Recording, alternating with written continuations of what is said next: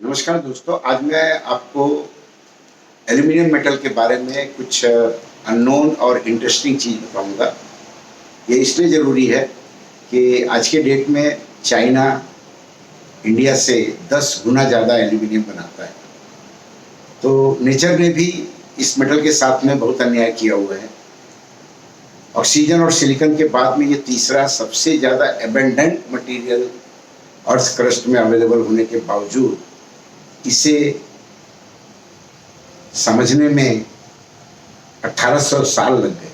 लेकिन interesting story ये है कि आज के 2000 साल पहले रोमन एम्परर टाइबरस के दरबार में एक लुहार एक चांदी का बाउल लेकर के आता है उनको प्रेजेंट करने के लिए, और यह नॉर्मल चांदी से इतना ज़्यादा हल्का होता है कि पूरे दरबार में क्यूरियोसिटी फैल जाती है, जो बताता है कि उसने माइनिंग करके एक सेलेक्टिव मिट्टी में से ये मेटल निकाला हुआ है।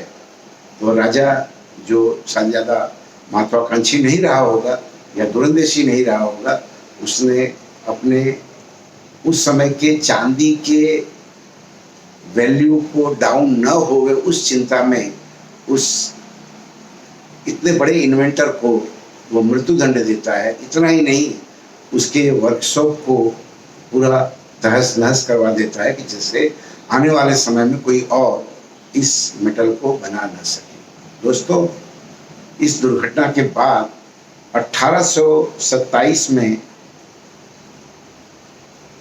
साइंटिस्ट और स्टेट ने, जो कि जर्मन था, अपने एक केमिकल साइंटिस्ट दोस्त फ्रेडरिक वहलर को इस मेटल के बारे में बताया, और 1827 से 1845 18 साल तक लगातार मेहनत करने के बाद में फ्रेडरिक वहलर कुछ एल्यूमिनियम निकालने में सक्सेसफुल रहा, लेकिन यह कॉमर्शियल लेवल तक नहीं था। दोस्तों, 1854 में 1845 में मतलब 1845 में 18 साल की मेहनत के बाद भी वह कुछ किलोग्राम ही मेटल बना पाया था। तो उसके बाद 1854 आते आते French scientist Saint क्लैरी devil commercial level पर प्रोडक्शन करने में सफल हो जाता है, और जिससे फ्रेंच और जर्मन के बीच में एक डिबेट चलता है कि किसने इस मेटल का आविष्कार किया। लेकिन डेविल इतना जेंटलमैन होता है कि वह खुद 1827 एम्बोस किया हुआ अपने जर्मन फ्रेंड फ्रेडरिक वहलर का एक बस्ट बना करके उसे गिफ्ट करता है।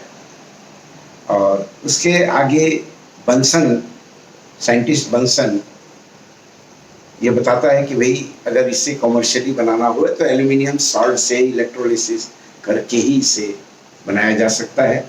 इस लीड पर दोस्तों आश्चर्य होगा कि उस जमाने में अमेरिका में एक स्टूडेंट जो इस पे वर्क करता है, और उसी के पैरेलल एक फ्रेंच साइंटिस्ट भी ये मतलब वर्क करता है, और जिनके नाम पर मतलब जो अमेरिकन स्टूडेंट होता है उसका नाम मार्टिन हॉल, और जो फ्रेंच मतलब इंजीनियर होता है उसका नाम हेराल्ड होता है।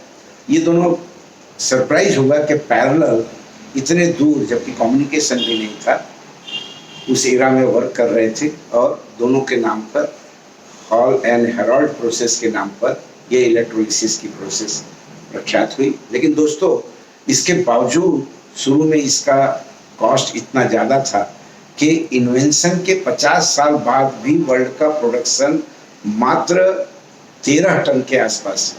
इस बीच में कुछ साइंटिस्ट ने 1 औंस प्योर एल्यूमिनियम में से वायर बनाए, और वो वायर इतना पतला था कि 600 वायर को अगर इकट्ठा करें तो अपने एक बाल के थिकनेस के जितना होता था। उस एल्यूमिनियम 1 औंस एल्यूमिनियम इतना पतला वायर उसने बनाया कि जो पूरे पृथ्वी के आसपास 6 बार लपेटा जा सकता था। इससे लोगों को काफ़ी कुतूहल हुआ। आने वाले समय में यूगोस्लाविया ने 55 ग्राम के एल्यूमिनियम मेटल को बेस करके ब्लैंकेट बनाए। दूसरे बहुत सारे आविष्कार हुआ। आने वाले समय में इसे गरीबों का मेटल कहा जाने लगा, क्योंकि ये इतना कमर्शलाइज प्रोडक्शन होने लगा कि उससे इसकी प्राइसिंग काफ़ी डाउन हुई। मतलब वर्ल्ड वॉर 2 के आते आते एल्यूमिनियम का भाव 130 गुना डाउन हो गया, राइट।